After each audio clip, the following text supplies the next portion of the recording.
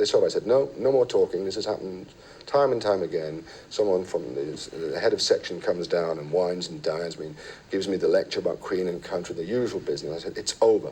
We might not like that. That might not be in your interests to do that. So that's when I immediately thought, warning bells, do.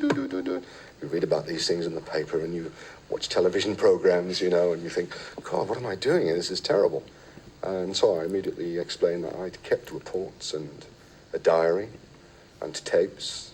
Stunned silence, absolute horror. Shock horror, we've been caught. And we had a further meeting at the, as it was then, the Cunard Hotel in Hammersmith. I think it's possibly still the Cunard, I don't know. I was given a brown paper envelope with some money in. And I think we were together for about an hour during that time. There was no attempt to change my mind. I had the feeling that perhaps someone else was monitoring the whole operation, and I was being photographed and filmed for future reference. It was just an hour, 60 minutes of nothing, really. And that was it. I haven't heard or seen of the security service except my friend in MI6 until this day.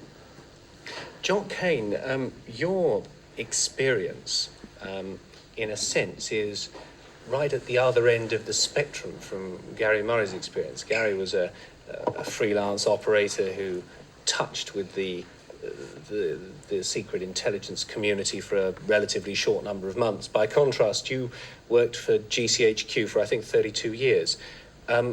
What's your reaction to Gary Murray's story? And here is the root of all this. Well, I believe his story.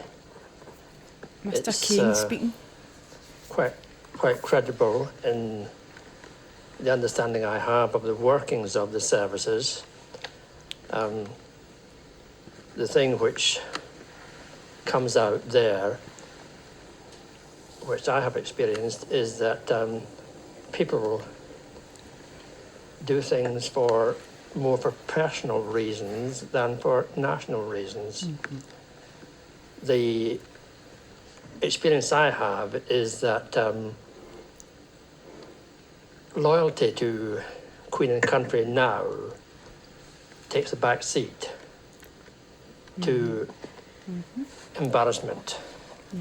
Embarrassment to departmental embarrassment, political embarrassment have a much higher priority than national security. There's not much shame now. And the people he's talking about now were aiming at something which quite possibly had nothing to do with national security at all, was either for their own interest or the interest of their department, but nothing to do with national security. And I've also experienced what he said about the rivalry between the different departments, the intelligence departments. Now, you can get a healthy rivalry which can be good, but this jealousy that exists between MI5, MI6, GCHQ is most harmful to the country. You find that people are not prepared to allow others to assist when national security is threatened. We have this situation that when someone wishes to cover up a departmental error or something which is embarrassing politically, they can call in certain people in these services, and these people will go to any lengths, even though they are aware that the cover-up is against the interests of national security. So I can quite understand what's happened here, and I'm quite sure that, although he couldn't reveal what it was all about, that it was something to do with covering up someone's errors or someone's false behaviour. What Gary was saying about, if you like, the incompetence of his controllers, I mean, one of them being a drunk, one having a watch that didn't work and so on. Your personal experience of senior people in this area, does that ring true? Oh, very true. I mean, I have my own experiences of drunks, alcoholics,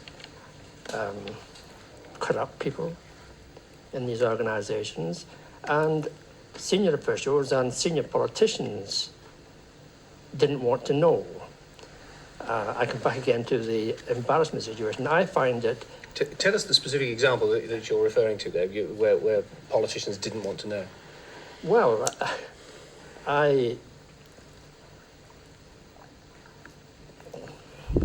conducted a campaign for many years trying to alert all authorities up to the highest level and up to Prime Minister level about the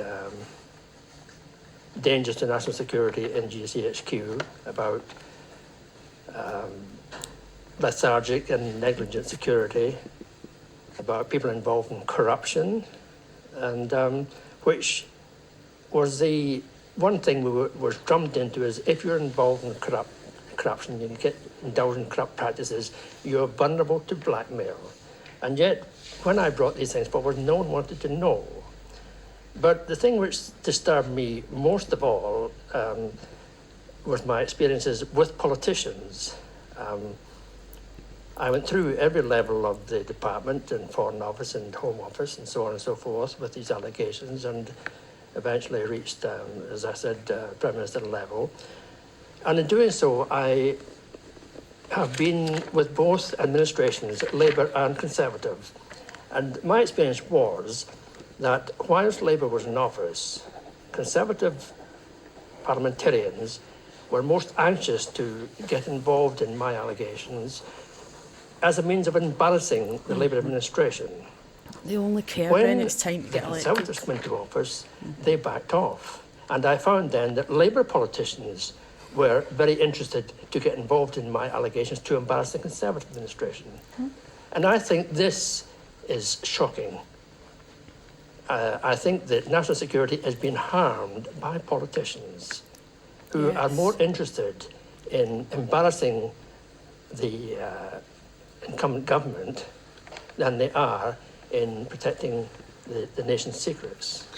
I think a little later we'll come on and discuss what exactly this phrase national security really means, and whether it's sort of national security or party political dogma that's taking place here. But returning to your experience again for a moment, you've now written 2 books about your experiences. They've both been blocked by the government. Yes. What is your analysis or interpretation of that? Well, those books were written after I had been, as I said before, up to 2 prime ministers. I had taken every possible step to try to draw attention to what was happening. And as I said, they were blocked by chicanery, by quite downright lies. And I went to the media. World in Action did a programme on my allegations. The Prime Minister answered questions about it in the House of Commons, made a general statement that my allegations were largely without foundation, but where they were well-founded, requisite improvements had taken place. But that was in 1980, and I think the Jeffrey Prime affair and latterly the Cyprus affair made it quite clear that requisite improvements had not taken place. And I felt it my duty to put on print what I'd been doing in an effort to bring to the attention of not only the public but also politicians what was happening. Because I hear politicians continually on radio, television and in the press, writing in the press, that they are concerned about national security. But there was definitely no concern about the allegations I was making on this. So I wrote a book, which I called GCHQ, The Negative Asset, and Robert Hale intended to publish it in May 1984, and in March 1984, the government took out an injunction on the grounds that it could be harmful to national security. So in that case, I expected to be prosecuted, but there was no prosecution come. Special branch came to my house. 5 special branch officers arrived at my house on a Sunday morning in a small Hampshire town where there's no chance of getting a solicitor with knowledge of the Official Secrets Act on a Sunday morning. So, I mean, it was quite obviously intimidatory. Yeah.